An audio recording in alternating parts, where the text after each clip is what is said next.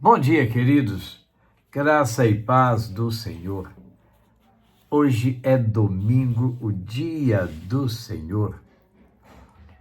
Dia de nós estarmos buscando ao Senhor, adorando ao Senhor, cultuando ao Senhor, celebrando ao Senhor, aprendendo na Escola Bíblica Discipuladora, nossa EBD em Casa, que está com você a partir de agora. O nosso texto de hoje é um pouco longo. Isaías 66, último capítulo do livro de Isaías. Fala do julgamento e esperança. São 24 versículos. O céu é o meu trono, e a terra o estrado dos meus pés. Que espécie de casa vocês me edificarão? E é este o meu lugar de descanso. Não foram as minhas mãos que fizeram todas essas coisas e por isso vieram existir? Pergunta o Senhor. A este eu estimo, a humilde e contrito de espírito que treme diante da minha palavra. Mas aquele que sacrifica um boi é como quem mata um homem. Aquele que sacrifica um cordeiro é como quem quebra o pescoço de um cachorro. Aquele que faz oferta de cereal é como quem apresenta sangue de porco. E aquele que queima incenso memorial é como quem adora um ídolo. Eles escolheram os seus caminhos e suas almas têm prazer em suas práticas detestáveis. Por isso, também escolherei um duro tratamento para eles e trarei sobre eles o que eles temem, pois eu chamei e ninguém respondeu, falei e ninguém deu ouvidos. Fizeram o mal diante de mim e escolheram o que me desagrada. Ouçam a palavra do Senhor. Vocês que tremem diante da sua palavra, seus irmãos que os odeiam e os excluem por causa do meu nome, disseram: que o Senhor seja glorioso, para que vejamos a alegria de vocês, mas eles é que passarão vergonha. Ouçam o estrondo que vem da cidade, o som que vem do templo. É o Senhor que está dando a devida retribuição aos seus inimigos. Antes de entrar em trabalho de parto, ela dá à luz. Antes deles sobrevirem as dores, ela ganha um menino. Quem já ouviu uma coisa dessas? Quem já viu tal coisas? Pode uma nação nascer num só dia, ou pode-se dar à luz um povo num instante? Pois Sião ainda estava em trabalho de parto e deu à luz seus filhos. Acaso faço chegar a hora do parto e não faço nascer? Diz o Senhor. Acaso fecho o ventre, sendo que eu faço dar à luz? Pergunta o Senhor. Regozijem-se com Jerusalém e alegrem-se por ela, todos vocês que a amam. Regozijem-se muito com ela, todos vocês que por ela pranteiam. Pois vocês irão mamar e saciar-se em seus seios reconfortantes e beberão à vontade e se deleitarão em sua fartura. Pois assim diz o Senhor: estenderei para ela a paz como um rio e a riqueza das nações como uma corrente avassaladora. Vocês serão amamentados nos braços dela e acalentados em seus joelhos. Assim como uma mãe consola seu filho, também eu os consolarei. Em Jerusalém vocês serão consolados. Quando vocês virem isso, O seu coração se regozijará, e vocês florescerão como a relva. A mão do Senhor estará com os seus servos, mas a sua ira será contra os seus adversários. Vejam, o Senhor vem num fogo, e os seus carros são como um turbilhão. Transformará em fúria a sua ira, e em labaredas de fogo a sua repreensão. Pois com fogo e com a espada o Senhor executará julgamento sobre todos os homens, e muitos serão os mortos pela mão do Senhor. Os que se consagram para entrar nos jardins, indo atrás do sacerdote que está no meio, comem carne de porco, ratos e outras coisas repugnantes. Todos eles perecerão, declara o Senhor. E por causa dos seus atos e das suas conspirações, virei a juntar todas as nações e línguas, e elas virão e verão a minha glória. Estabelecerei um sinal entre elas, e enviarei alguns dos sobreviventes às nações, a Tarsis, aos líbios, aos lídios, famosos flecheiros, a Tubal, a Grécia, as ilhas distantes, que não ouviram falar de mim e não virão a minha glória. Eles proclamarão a minha glória entre as nações. Também dentre todas as nações trarão os irmãos de vocês ao meu santo monte em Jerusalém, como oferta ao Senhor. Virão a cavalo, em carros e carroças, e montados em mulas e camelos, diz o Senhor. Farão como fazem os israelitas quando apresentam as suas ofertas de cereal, trazendo-as em vasos cerimonialmente puros. Também escolherei alguns deles para serem sacerdotes e levitas, diz o Senhor. Assim como os novos céus e a nova terra que vou criar serão duradouros diante de mim, declara o Senhor. Assim serão duradouros os descendentes de vocês e o seu nome. De uma lua nova a outra e de um sábado a outro, toda a humanidade virá e se inclinará diante de mim, diz o Senhor. Sairão e verão os cadáveres dos que se rebelaram contra mim. O verme deles não morrerá, e o seu fogo não se apagará, e causarão repugnância a toda a humanidade. Duras palavras do julgamento e da esperança. A nossa última lição desta revista, deste trimestre, lição número 13, traz como tema a glória de Deus na restauração. O objetivo, mostrar como arrependimento pode promover transformação e restauração. Após isso, buscar a santificação, revelando a obra final do Senhor de transformação e restauração para que os salvos contemplem a sua glória. Então vamos à parte introdutória.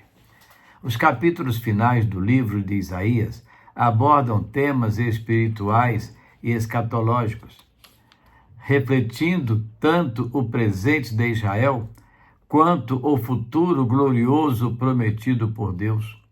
O capítulo 58 enfatiza que a adoração a Deus não se resume a rituais externos, como jejum, mas deve estar acompanhada de práticas de justiça social e compaixão pelos necessitados. No 59, Isaías denuncia o pecado e a corrupção que distanciam o povo de Yahvé, apontando para a esperança da vinda de um Redentor, o qual trará a restauração. A partir do capítulo 60, a visão se amplia para um futuro glorioso, quando a luz de Deus brilhará sobre Israel e todas as nações que reconhecerão sua glória.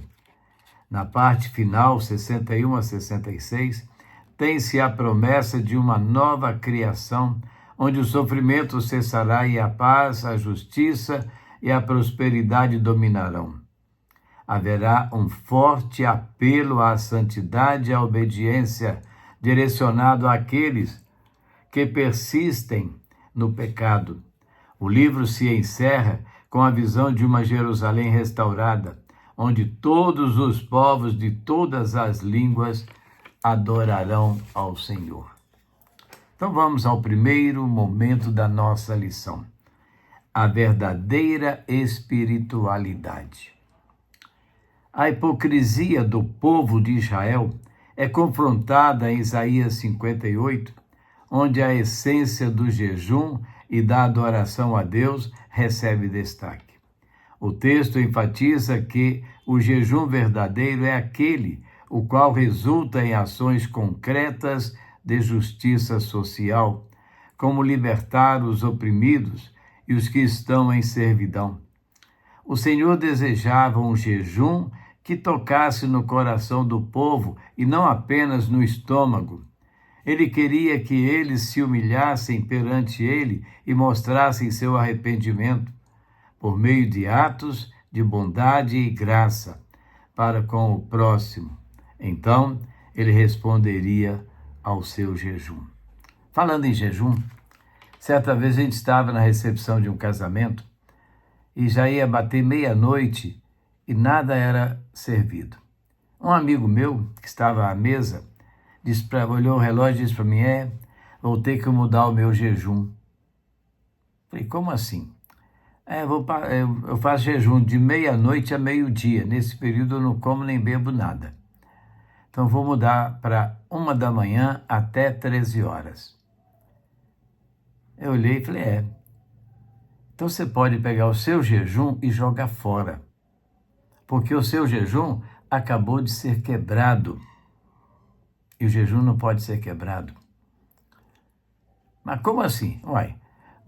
Se você vai retardar o seu horário de jejum por uma conveniência do seu estômago, o seu jejum não tem valor. Porque jejum é um propósito que parte do coração. E ele tem que ser mantido. Você não pode quebrar, você não pode mudá-lo. Você deu mais valor à carne do que ao espírito. E é assim que acontece, como o texto aqui da lição está dizendo, né? A passagem revela as promessas de bênçãos e restauração para os piedosos. O verso 11, em especial, vincula a conduta justa e compassiva com uma vida repleta de bênçãos. Aprendemos que o Senhor recompensa a obediência e a verdadeira adoração com paz, prosperidade espiritual e uma vida frutífera, individual, bem como em comunidade. Um chamado ao arrependimento e à transformação espiritual é a abordagem feita em Isaías 59. As iniquidades haviam feito separação entre o povo e o Senhor, a ponto de Yahvé não mais ouvi-lo, escondendo seu rosto. Isaías descreve a corrupção moral e espiritual do povo, mas também aponta para a necessidade urgente de arrependimento. Afinal, Deus está disposto a perdoar. Sempre Ele está disposto a nos perdoar. A incapacidade de Israel em lidar com seus repetidos pecados leva Yahvé a prover graciosamente um redentor para apagar sua iniquidade. A nação reconhece o seu pecado, mas é incapaz de deter a onda da iniquidade que arrasta. Até os piedosos. A intervenção pessoal de Yahvé provê um redentor pessoal para apagar a iniquidade de Israel e estabelecer sua lealdade à aliança. Separados de Deus, a necessidade de arrependimento é urgente. Só assim a comunhão será estabelecida e a paz uma realidade. Item 2 da nossa lição: das trevas para a luz. Os capítulos 60 a 62 são os mais otimistas no livro de Isaías. O Redentor conduzirá o seu povo à glória. Que contraste entre as condições humildes dos habitantes de Sião e as bênçãos grandiosas apreciadas por aqueles que viverão com o Redentor. Note que Isaías começou o livro das consolações, capítulos 40 a 66, com a promessa de que a glória do Senhor se manifestará. Agora Isaías conclui com a descrição da glória, quando a glória de Deus está em cena. Tudo se renova. A escuridão do pecado será substituída pela luz da salvação, outorgada por Deus.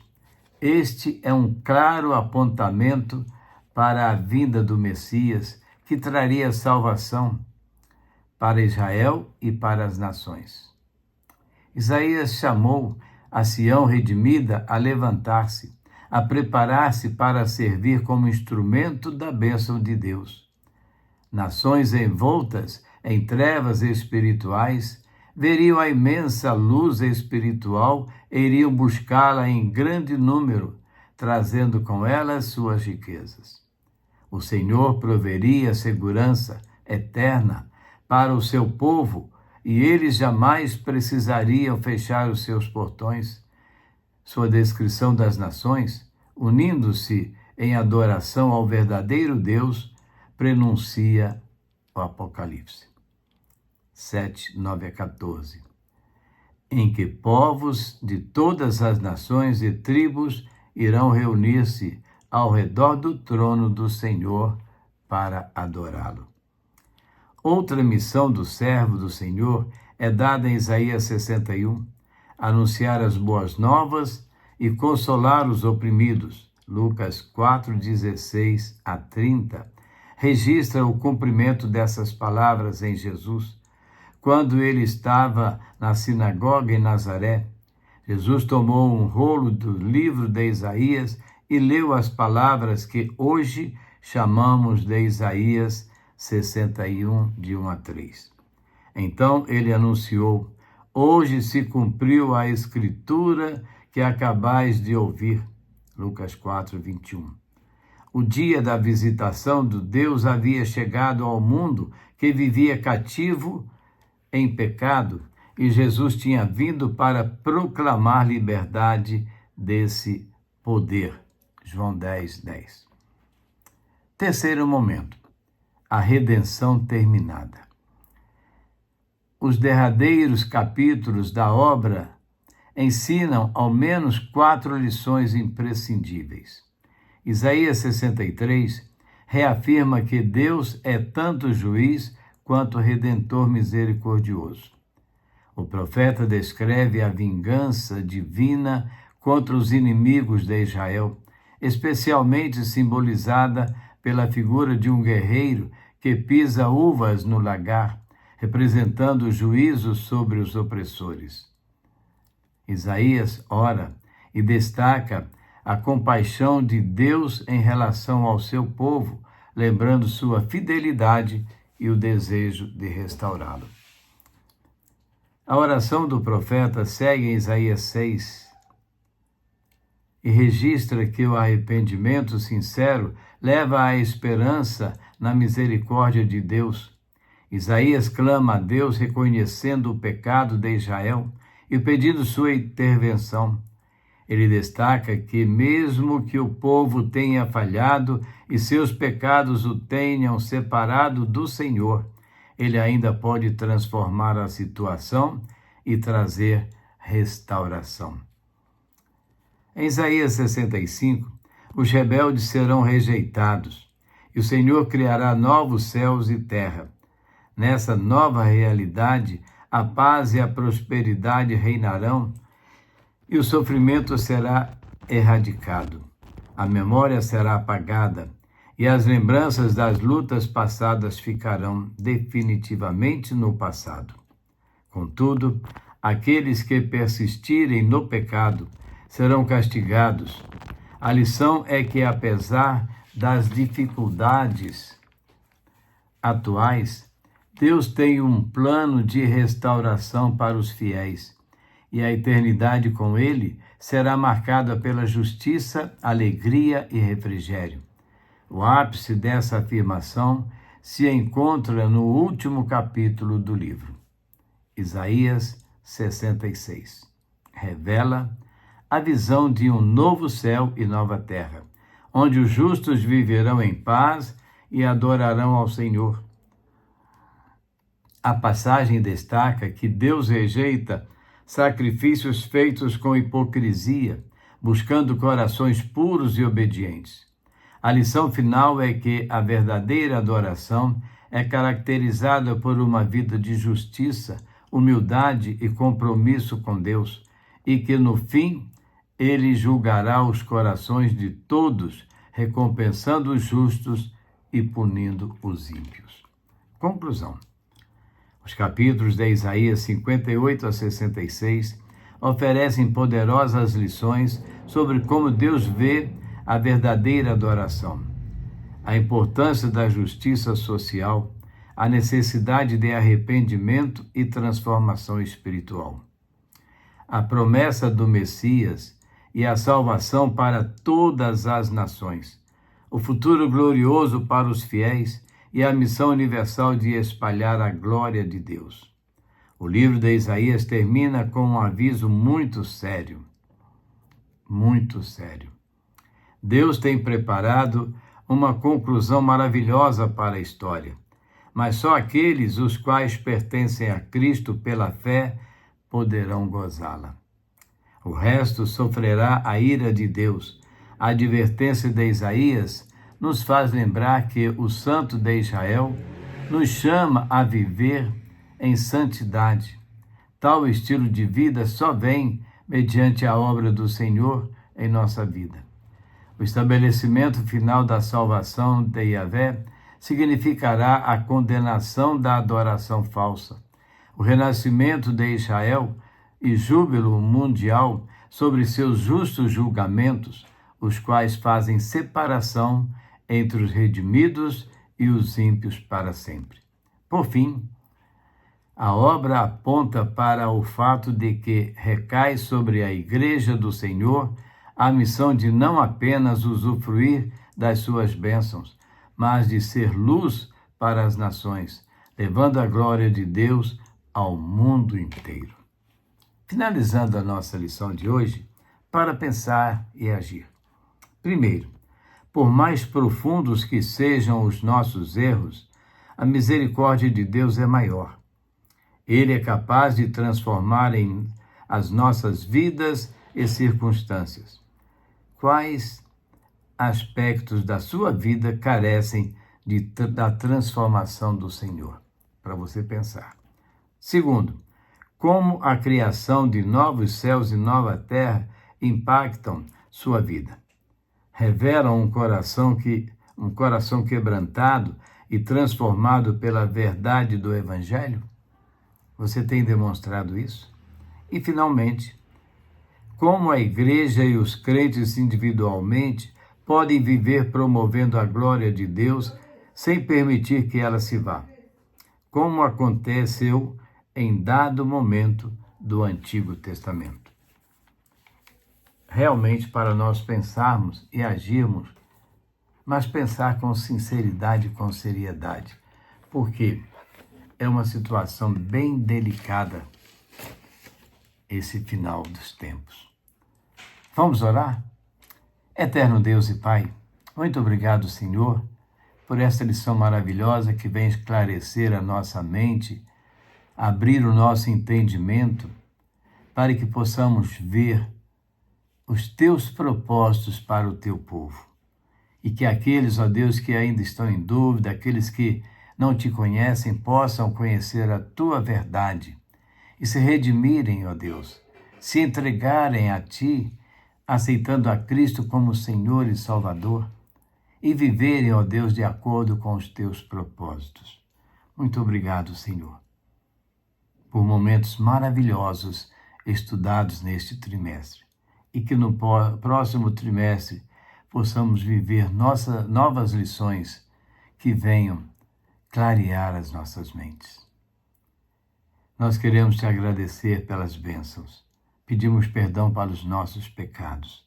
Pedimos o conforto para os enlutados, tantos foram nesses últimos dias, ó Deus. Queremos te pedir bênçãos para os enfermos. Quantos estão enfermos precisando dos teus cuidados? Ó Deus, socorre-os nas suas necessidades. E fica conosco, Senhor. Ajuda-nos na nossa caminhada.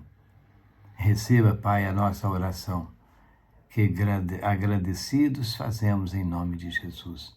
Amém.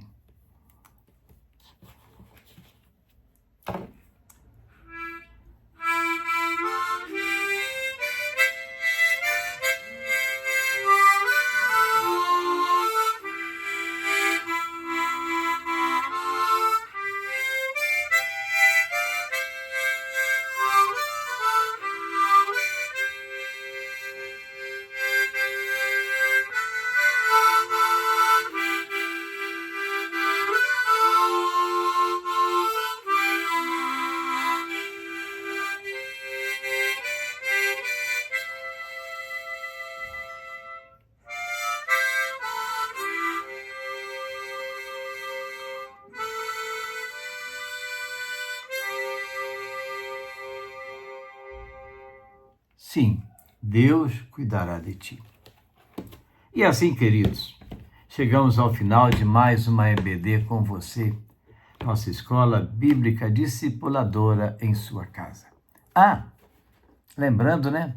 Hoje é domingo. Domingo é dia de quê mesmo? Dia da Escola Bíblica Dominical. Você que não foi à igreja, né?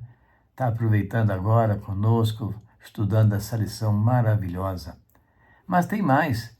Domingo é dia da família se reunir, aquele almoço gostoso de fraternidade, toda a família reunida. Como é bom lá no passado quando a gente se reunia toda a família, a cada domingo. Mas não se esqueça, depois de estar esse momento agradável com a sua família, descansar um pouco à tarde, logo mais às 19h30, nós temos um compromisso marcado, um encontro marcado com Deus na casa do Senhor. Vai à igreja, fica em casa não. Vai estar conosco, estaremos te esperando para que você possa desfrutar de um momento agradável de celebração ao Senhor. Que Deus abençoe a sua vida grandemente.